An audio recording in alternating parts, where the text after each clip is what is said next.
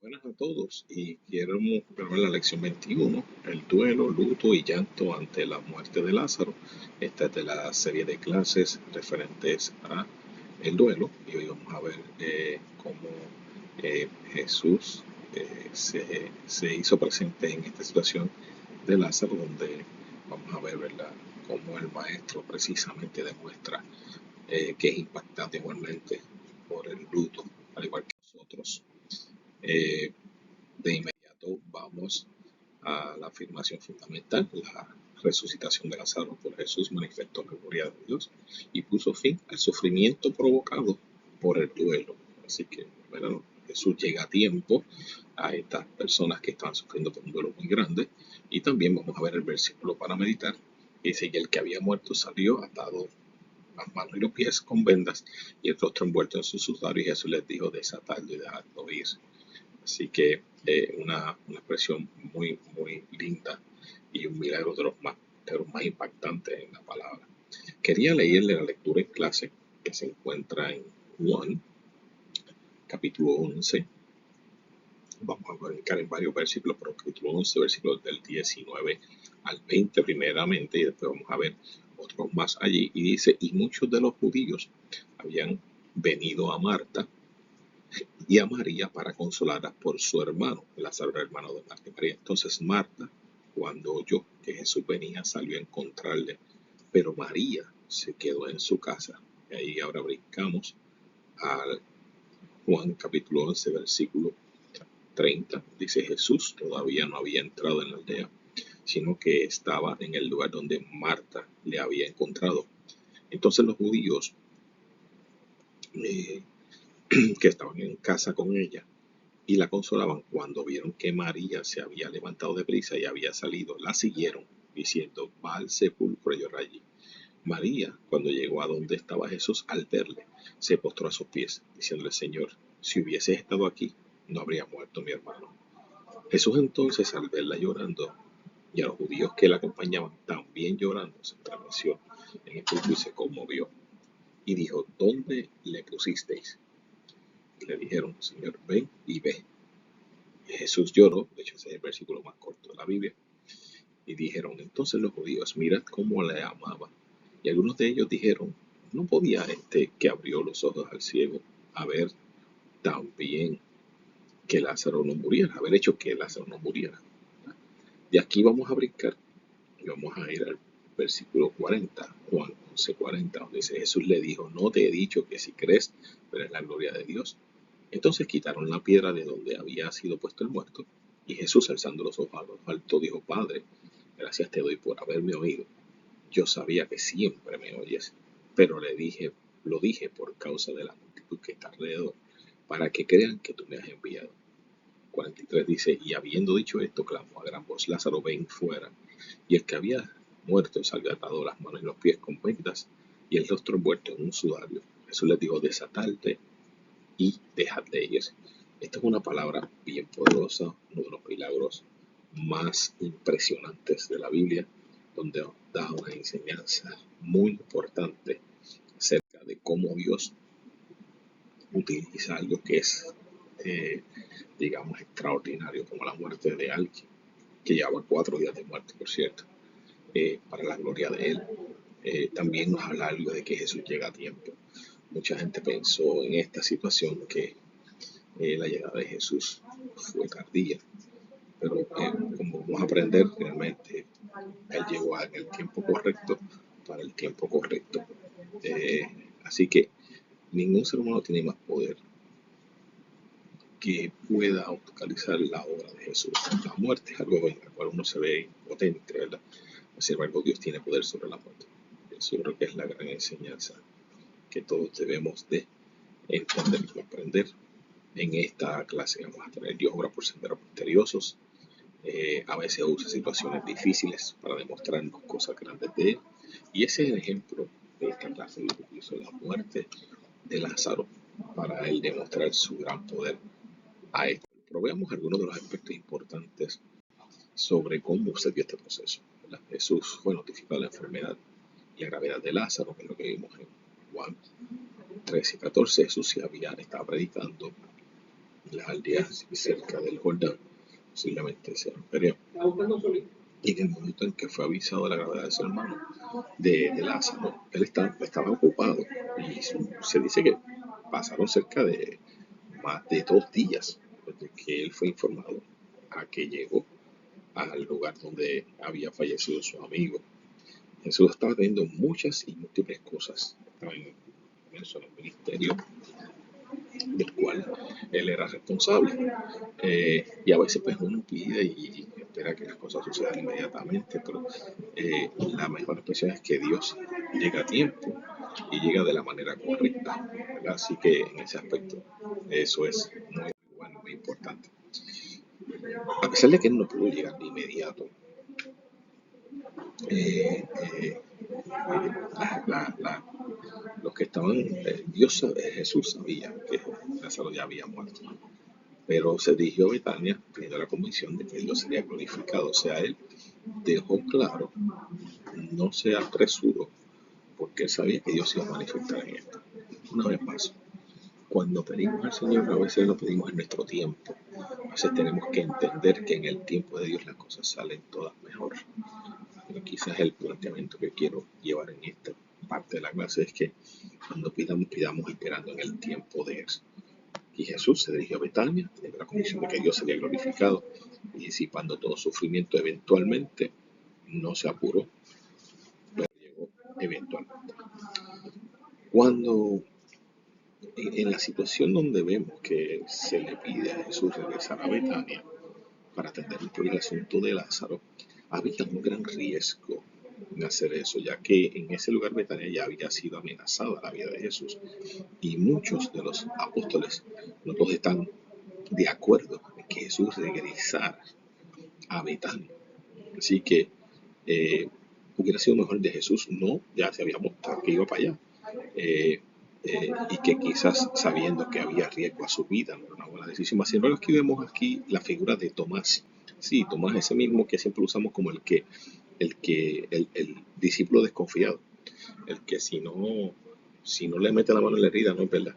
Ese mismo Tomás, en esta ocasión se crece, y da y empieza a decir a sus compañeros, a convencerlos de que si el Señor está en riesgo, nosotros debemos ir también y morir con él si es que tenemos que morir. O sea, da una expresión de solidaridad ante lo que el maestro tenía que ir a hacer. Y esto es importante en los grupos, ¿verdad? Cuando uno es impactado por otras personas, aunque haya riesgo, uno decide y confía y pone su confianza en aquello que ha sido llamado. Y aquí Tomás nos dio un buen ejemplo de solidaridad al solidarizarse con el maestro y pedir y decir, bueno, vayamos con él, aunque corramos riesgo, ¿verdad? Así que en la mente de Tomás había una posibilidad de que pudiera morir a manos de los judíos, ¿verdad? Cuando llegara allí a Judea, pero creo que era importante cumplir con la misión que tenía. Así que de Tomás aprendemos esa actitud de lucha. Era claro, Jesús sabía que no iba a correr ningún peligro, tenía que no era su tiempo. Para Jesús no era una opción no llegar hasta donde estaban Lázaro y sus hermanas. Él amaba a estas personas profundamente, aparentemente una relación de amistad genuina, amistad más allá del ministerio. Y en realidad el retrasarse no era porque no le importaba, sino que simplemente sabía que iba a ocurrir un evento maravilloso en el proceso de él llegar allí. Vamos ahora cuando la resucitación de Lázaro y la resurrección de Jesús, ¿no? Todas las personas que fueron, es importante que entendamos una distinción aquí. Todas las personas que fueron de alguna manera resucitadas por Jesús, que fueron la hija de Jairo, la hija de la viuda, el hijo de la viuda, varias personas fueron resucitados y Lázaro también fue resucitado por Jesús. Pero la diferencia de la resurrección de esas otras personas, la resurrección de Jesús se da en un contexto donde fue un cuerpo glorificado, donde él no volvió a morir más, murió plenamente, fue arrestado por el poder divino. Así que debemos distinguir estas la resurrección de estas personas que resucitaron, pero nunca volver a morir. O sea, básicamente se postergó su partida permanente. Pero en el caso de Jesús fue una resurrección por medio del poder divino, lo cual ciertamente lo debemos que distinguir de las resurrecciones anteriores. La muerte de Lázaro provocó desolación, muchísima desolación entre la familia de Lázaro y los amigos de Lázaro. O sea, ya sabemos, hemos estudiado en esta clase del duelo, que estas enfermedades, estas pérdidas crean un nivel de estrés, un nivel de situación muy difícil para las personas que están rodeadas en esta situación, ¿verdad? La situación era más complicada cuando una persona que sufre de enfermedad era el jefe de familia. En el caso de esta familia, Lázaro, el varón de la familia, los hermanos y él. Y eso es una complicación, ¿no? Ya de por sí. Así que la realidad de la muerte física es una experiencia dolorosa y la menos deseada por el ser humano. Y esto pues impactó a la comunidad, impactó a la sociedad, impactó a los amigos de Jesús, impactó hasta el mismo Jesús, como vamos a ver. Y es una gran realidad que tenemos en nuestros días. Así que cuando Jesús llegó allí, los que estaban en la casa eh, consolando a las hermanas llegaron y se levantaron y la gente lo veía, lo compungido que estaba Jesús. Saben que aquí dice, en un verso muy corto, que Jesús lloró. Y es una expresión muy significativa, donde habla del aspecto humano de Jesús, donde él sintió tanta tristeza que inclusive lloró al sentirse agobiado por la pérdida de su amigo. Jesús era tan humano como usted y yo. Tenía así, era hijo de Dios y todo demás, pero como está en la tierra, era tan humano como usted y yo. Y hemos dicho, ¿verdad?, que ese aspecto de la humanidad de Jesús, para que fuera el sacrificio perfecto por nosotros, un elemento muy importante en nuestra doctrina. La encarnación de Jesús es algo muy importante. Si fue resucitado y es Dios, pero en este momento era hombre. Y aquí se ve evidenciado esa vulnerabilidad humana del dolor de perder a alguien. Así que cuando vemos esa actitud de Jesús, cuando Marta se encuentra con él, Marta con un cierto coraje, porque no llegó a tiempo, según la opinión de Marta, no llegó, hubiera estado, él no se moriría, ¿verdad?